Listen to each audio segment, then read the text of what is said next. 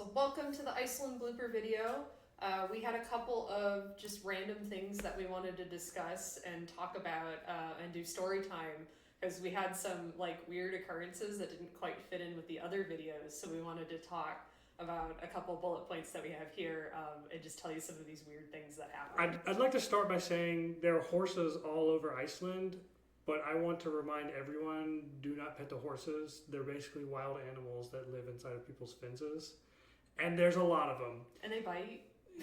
Well, I cannot confirm nor deny they bite, but I do know that little small horses, because they're not ponies, but they're not like full-size horses. They're somewhere in between, and then they have long, what do we call it, like the high school like flowy locks. Oh yeah, they have like the long beautiful hair. They're just like flipping their hair everywhere. Yeah, and they're fuzzy too because it gets so cold.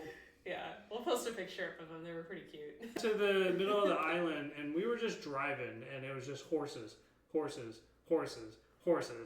And I eventually got to the point where it started bothering me.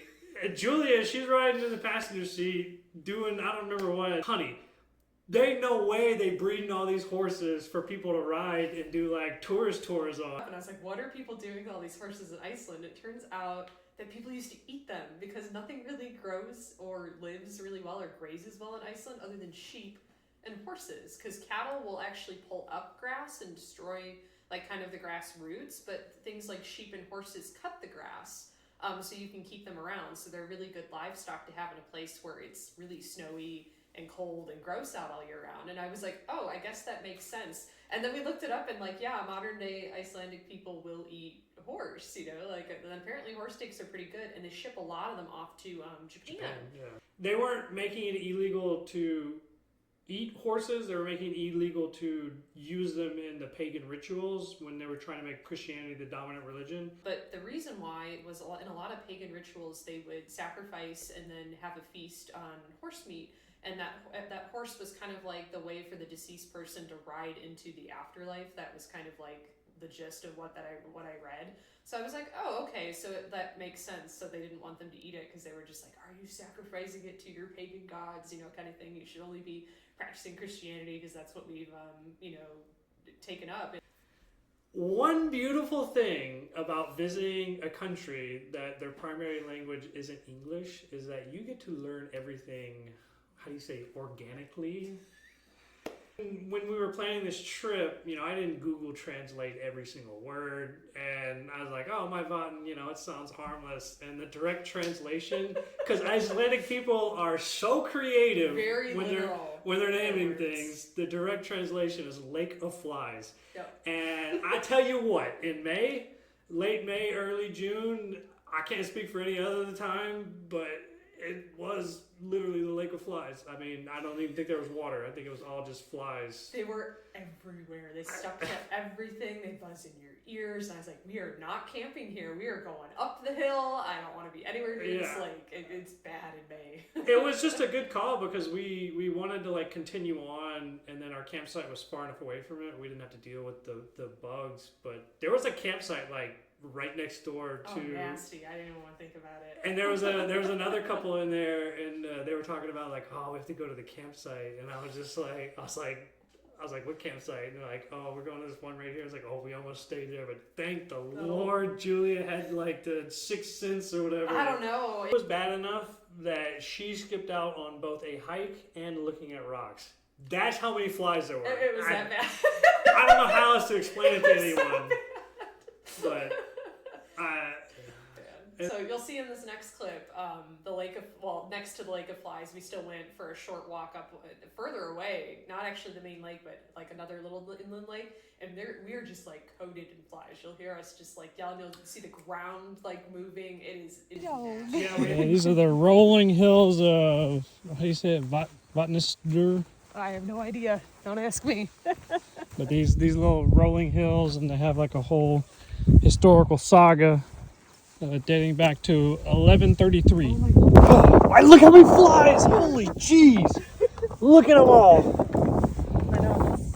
Oh, it's disgusting! The ground is literally moving with flies. Look how many flies.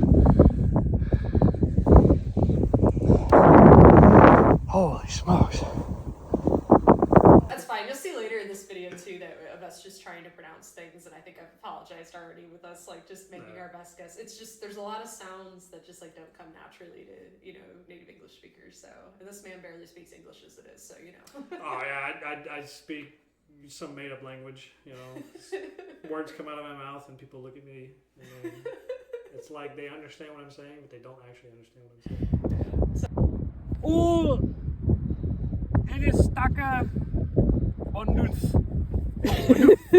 That's our best guess. Baldur just got that? That's my best guess. All Alright, stand next to the sign and say the thing. Skardsvik. I think that's probably right. That's close. Skardsvik. Yep. I feel good about that one. Drottning Garbrat. Drottning Garbrat. Drottning Garbrat. That's our best guess. Yeah. Yeah, so we're like in the middle of making dinner, and like this cute little old man kind of walks up, and he's just like, Little. He was okay, like little, 7 foot tall. but you know what I mean. Like he Yeah. was like, like friendly old man. friendly old man, kind of thing. He wanders up, and he's just like, "This is my camp spot." And I was like, oh, okay. I was like, am I not supposed to be here? Like we were like really confused. We thought he was telling us we needed to go, like this is his spot. Yeah, we thought he was like, no, this like square, this like 6x6 square is like where I park my stuff. So you need to move. That's what it came off. That's what like it came off his as. his Yeah. English, and I was just like, is this really happening? Like in Iceland? I didn't think this would happen here. And then he said something like, oh, no, you just need to pay or something like that. And I was like, oh, okay. And so I was like, we're trying to pay him. And then he's like, I'm like, do you take card? Because everybody in Iceland takes card. And he was like, no, I only take cash, or like cash only. I was like, crap. I was like, I have like no cash on me.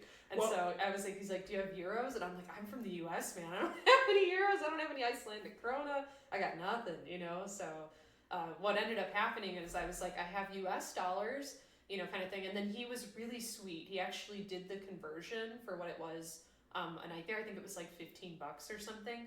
All I had was a 20. I just gave him the 20, and he's like, I can give you change in euros. No. And I was like, oh, no. I was like, you just keep it, man. Like, I appreciate you working with us on that and taking, because he's got to go exchange it and all that, and that's already a pain, so I just went ahead and let him have the extra $5. The best part of this campsite, though, was, I guess it was like 5 a.m., 6 a.m. It's hard to tell because it was always daylight. It's always sunny, so yeah, who knows what time it was. There was literally a monster outside of our campsite.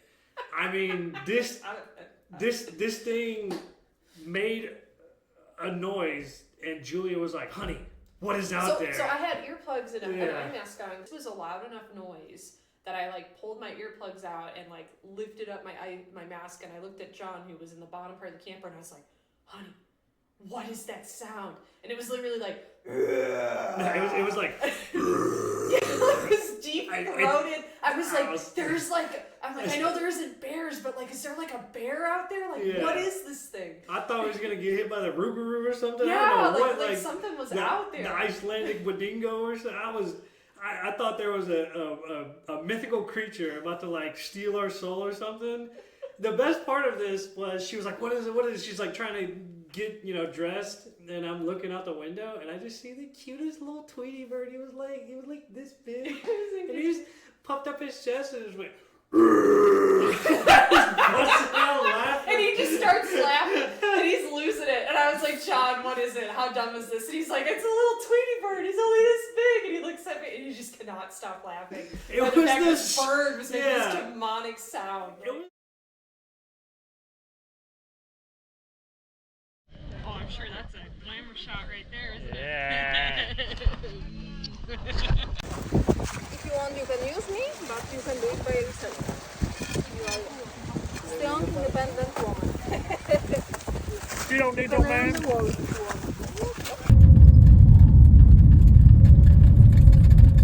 Hello, itty bitties. You want to try and pet one? Nope. No, I don't. I mean, they also can't get across the cattle.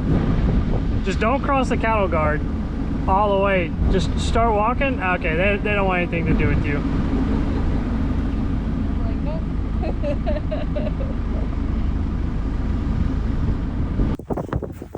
So this is our little lighthouse stop.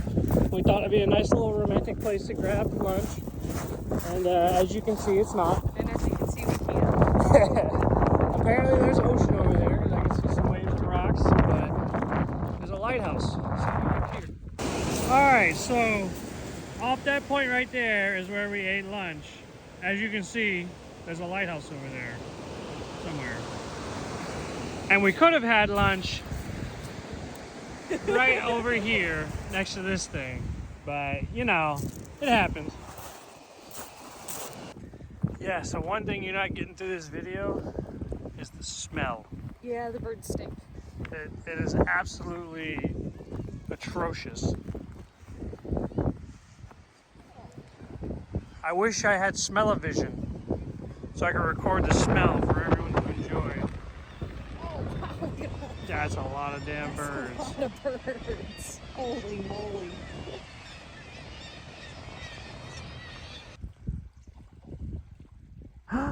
She touched the butt.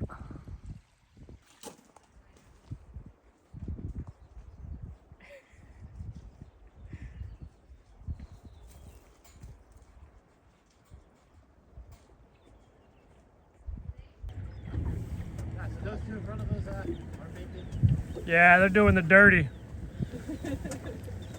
Feel bad I'm filming it, but then I don't feel bad.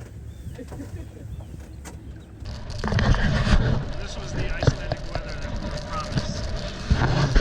Absolutely miserable outside. Probably 8 degrees C, misting, no sun. Like 15 miles an hour.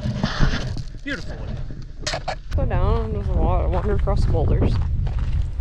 I'm scared of rocks. Man, you married the wrong person for being afraid of rocks.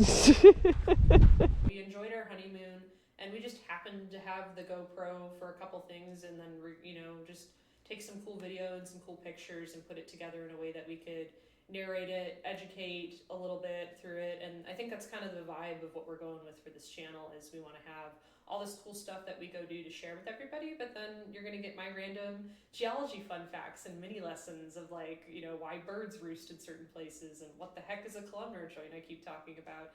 And then John here likes a lot of the engineering stuff. Granted, there wasn't a ton of that on this trip, but I'm sure there will be for other trips we go on. And then history, even though he struggles with the pronunciation of things.